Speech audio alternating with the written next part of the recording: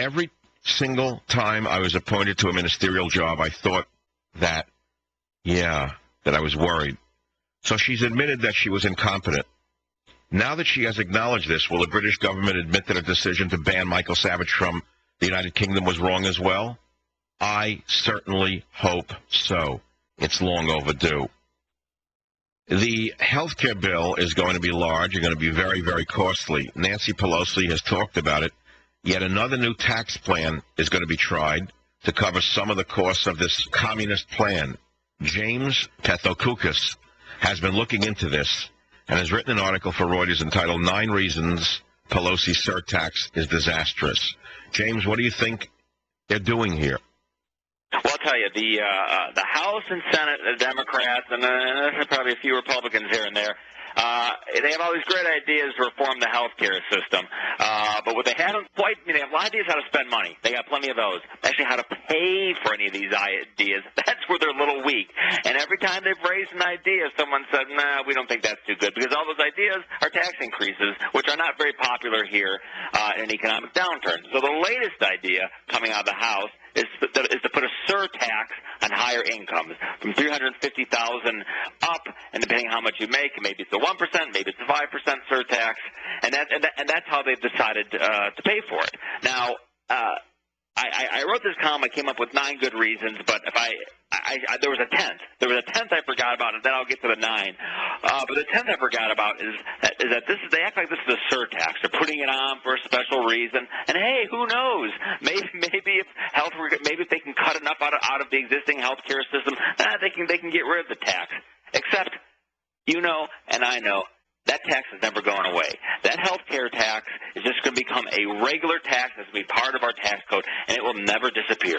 And even Nancy Pelosi, when they started asking her, well, gee, if this thing doesn't cost, this health care reform program doesn't cost as much as what you think it does, might you actually lower the tax? And at first she said yes, but then later on she said, well, with these big budget deficits, we really need the dough, and, those who have profited recent years, they need to pay their fair share. So this tax isn't going away, which means top tax rates, when it's all said and done, will have gone up by 10 percentage points.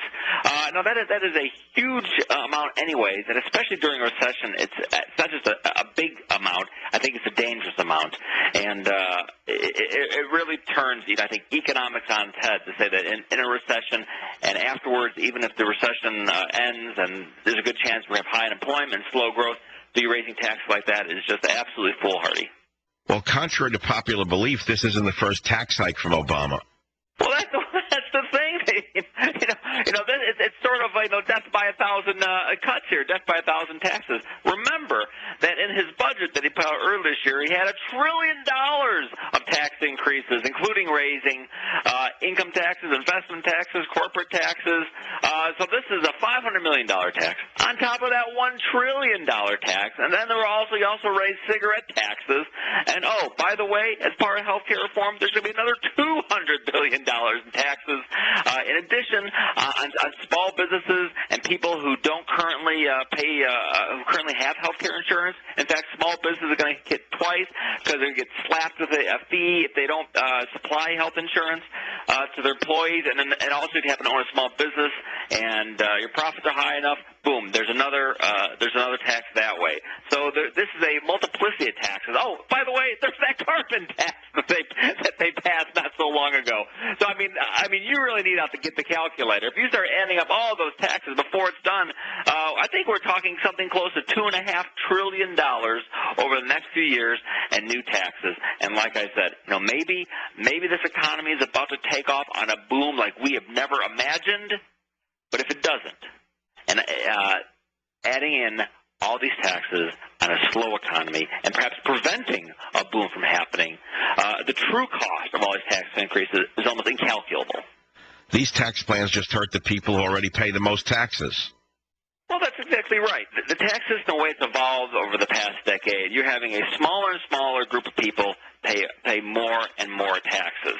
And then to slap a whole other tax burden on top of them, listen, any tax expert, left or right, would say that is a hugely bad idea. And one reason it's so bad is that it's so tough to get money out of wealthy Americans to begin with. They have far more latitude about how to accept their compensation. Is it going to be stock options? Is it salary? Capital gains? They can hire accountants to try to put shelter money both in tax strategies here or overseas.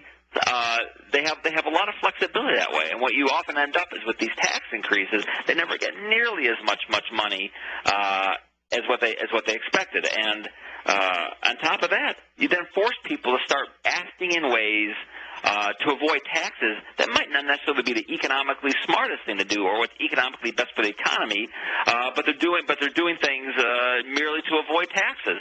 Even Barack Obama, in his book, The Audacity of Hope, said that kind of having a tax system that forces people to make decisions based purely on the tax reasons is a bad idea. Yet here he is participating in a tax hike that would force and encourage, incentivize people to do just that. Make decisions not what gives them the best economic gain, but to merely avoid taxes.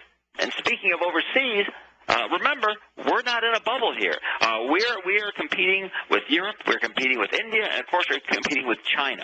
Right? And for us to be raising our taxes when other countries are even cutting theirs or holding theirs stable puts us at a disadvantage. In fact, if all these tax increases went through, we would have one of the highest overall tax burdens in the world, much higher than the average industrialized country. Is that really what we want to have going into this economic competition? I mean, China, my goodness, they have very low corporate tax rates. They have no taxes on investments. That is a competitor. We have to compete against them. Even in Europe, in Germany, they're going to cut taxes. Angela Merkel, she wants to cut taxes. France, they say no higher taxes. And in this country, in the middle of this terrible recession, we are raising taxes levels that we have not seen in a generation. If you can find an economic textbook that says that's a smart thing to do, well, you know what? You're not going to find that textbook because it doesn't exist. This is just the classic liberal redistribution of wealth strategy that we warned you about. Well, if you're trying to figure out an overarching philosophy, it's hard to escape this one.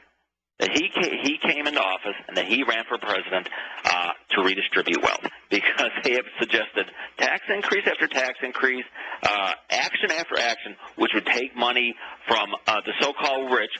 You mean also small businesses, entrepreneurs. I mean, we're not just talking about movie stars, home run hitters, and Wall Street CEOs. You're talking about really the entrepreneurial class of this country, taking money from them, punishing them to redistribute. I've seen very little coming out of this administration that has anything to do with wealth creation. It's wealth distribution. And again, if you can find some place that is taxed and redistributed themselves to become a richer country, I don't think you can find that. If we want to raise our standard of living and have a more prosperous country, we are putting in policies that don't have those as the goals. If you're not trying to do that, you're not going to get that. If all you're trying to do is play a zero-sum game here and redistribute wealth, well, we'll see where that gets us. But looking how the economy is doing so far and how it's reacted to its policies, I'd say it's a failure. James Pethokoukis, thanks for being on the Savage Nation. Don't make a difficult time tougher. If your inheritance is stuck in probate, we can advance you the cash you need in as little as 72 hours. Visit inheritancefunding.com or call 877-YOU-AIR. That's 877-YOU-HEIR. With Michael Savage, I can relate to him. The Savage Nation. Weekday afternoons 3 to 7. Talk 910. KNEW.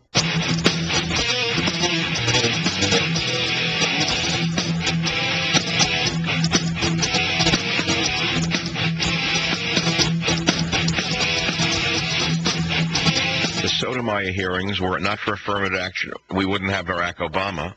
Now he's putting the Hispanic heritage of Sonia Sotomayor above her judicial abilities. How embarrassing.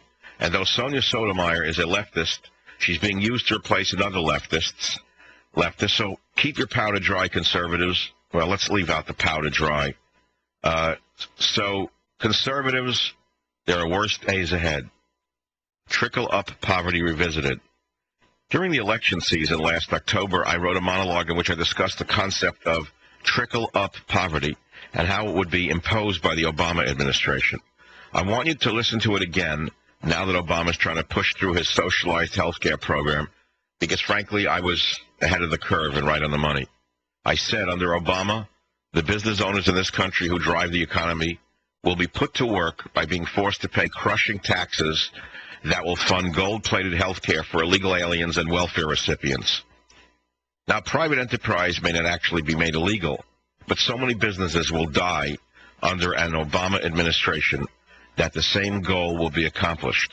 Instead of trickle-down economics, we'll have trickle-up poverty. That was all said last October. A prophet in his own time, eh?